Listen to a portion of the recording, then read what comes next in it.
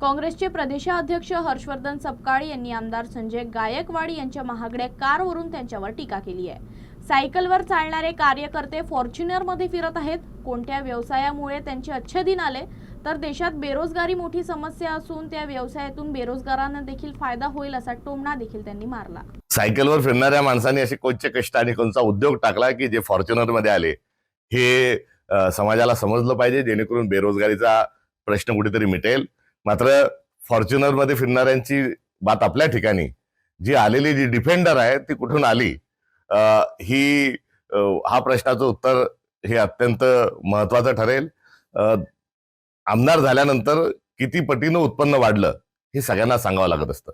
त्यामुळे 2019 ला किती संपत्ती होती आणि 2014 येता परिवाराची आपली किती संपत्ती झाली हे जर आपण जाहीर केलं तर या सर्वातून दूध का दूध पाणी का पाणी होऊन जाईल। आणि यासोबतच कुठेतरी बुलढाण्यामध्ये निराधार लोकांना घरं बांधून देण्याकरता एका कौटुंबिक मोठ्या समारंभात जाहीररित्या काही 20 एकर का 18 एकर शेतीची दान केली होती, ती कुठे आहे, त्याच्यावर घरं पूर्ण झाले का, हाही प्रश्न या निमित्ताने उपस्थित होतो। त्यामुळे बात निकलेंगी तो बहुत दूर तलक जाएगी। कुठेतरी एकीकडे खरातांची विकृती बाहेर येत असताना भ्रष्टाचाराच्या विविध विकृत्या याही आपल्या सगळ्यांच्या समोर येत आहेत। हे महाराष्ट्राचं डबल दुःख आहे।